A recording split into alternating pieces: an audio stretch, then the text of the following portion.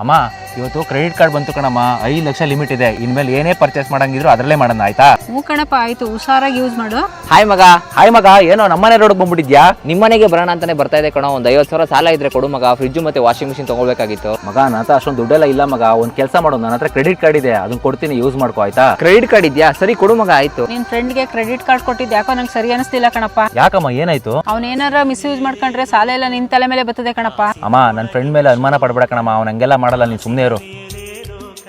Hello, ಏನೋ ಮಗ, 2 ತಿಂಗಳಾಯ್ತಲ್ಲ EMI ಕಟ್ಟಿ, ಫೋನ್ ಮಾಡಿದ್ರೆ ಫೋನು ರೆಸ್ಪಾನ್ಸ್ ಮಾಡಲ್ವಲ್ಲೋ? ಏನು ನೀನು ಕೊಟ್ಟಿರೋ 50,000ಕ್ಕೆ ಅಷ್ಟೊತ್ತಿ ಫೋನ್ ಮಾಡ್ತೀಯಾ? ಒಂದು ಕೆಲಸ ಮಾಡು, ನೀನೇ ಇವಾಗ ಕಟ್ಕೊಂಡಿರೋ. ನನ್ನ ಹತ್ರ ಯಾವಾಗಾದ್ರೂ ಕಾಸು ತೆಗ್ಬೇಕಾದ್ರೆ ಕೊಡ್ತೀನಿ ನಾನು ನಿನಗೆ. ಯಾಕಪ್ಪ ಸಪ್ಪು ಕೂತಿದ್ಯಾ, ಏನಾಯ್ತು? ಅಮ್ಮ, ನಿನ್ನ ಮಾತು ಅವತ್ತು ನಾನು ಕೇಳಬೇಕಿತ್ತು ಕಣಮ್ಮ. ನನ್ನ ಫ್ರೆಂಡು EMI ಕಟ್ಟಲ್ಲ ಅಂತ ಹೇಳ್ತಾನೆ ಕಣಮ್ಮ ಇವಾಗ.